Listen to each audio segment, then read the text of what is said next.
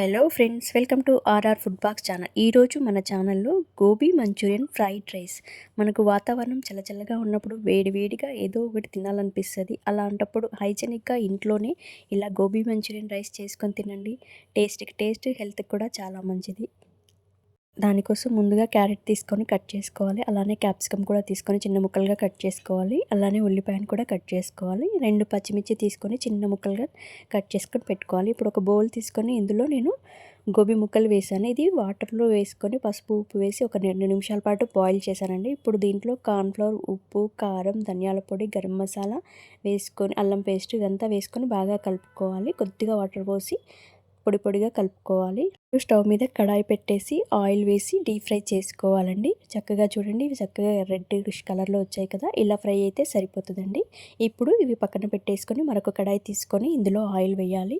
Oil వేసాక ఇందులో సన్న ముక్కలుగా కట్ చేసిన అల్లము, వెల్లిపాయ వేసేసుకొని కొంచెం ఫ్రై చేసుకోవాలి. ఫ్రై అయ్యాక పచ్చిమిర్చి ముక్కలు కూడా వేసేసుకొని ఇది కూడా కాస్త ఫ్రై చేసుకోవాలి.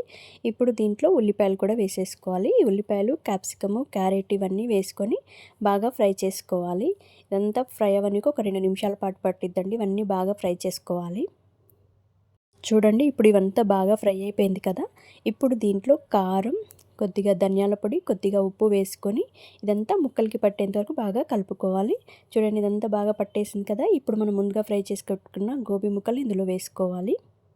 వేసుకొని ఇదంతా ఒకసారి బాగా కలుపుకోవాలి. ఇక్కడ నేను ఎలాంటి సాసులు వాడట్లేదండి, మామూలుగా సింపుల్గా చేస్తున్నాను. ఇది ఫ్రై అయ్యాక ఇందులో ముందుగా వండి పెట్టుకున్న రైస్ కూడా వేసేసుకొని నిదానంగా కలుపుకోవాలి. చూడండి, ఇలా హై ఫ్లేమ్ పెట్టి టోస్ట్ చేసుకుంటే మన గోబీ మంచూరియన్ రైస్ వేడివేడిగా రెడీ అండి. ఎలాంటి సాసులు పడకుండా చేసుకున్నాం కండి, చాలా టేస్టీగా కూడా ఉంటుందండి. పైన ఫైనల్గా కొత్తిమీర, పుదీనా వేసుకుంటే super tasty gobi Manchurian rice ready అండి. మీరు కూడా ట్రై చేసి టేస్ట్ ఎలా వచ్చిందో కామెంట్ చేసి చెప్పండి. మరిన్ని వంటల కోసం నా ఛానల్ని సబ్స్క్రైబ్ చేసుకోండి. మీ ఫ్రెండ్స్ అండ్ ఫ్యామిలీకి షేర్ చేయండి. నా వంటలు నచ్చినట్టయితే లైక్ చేయండి. Thank you for watching my channel.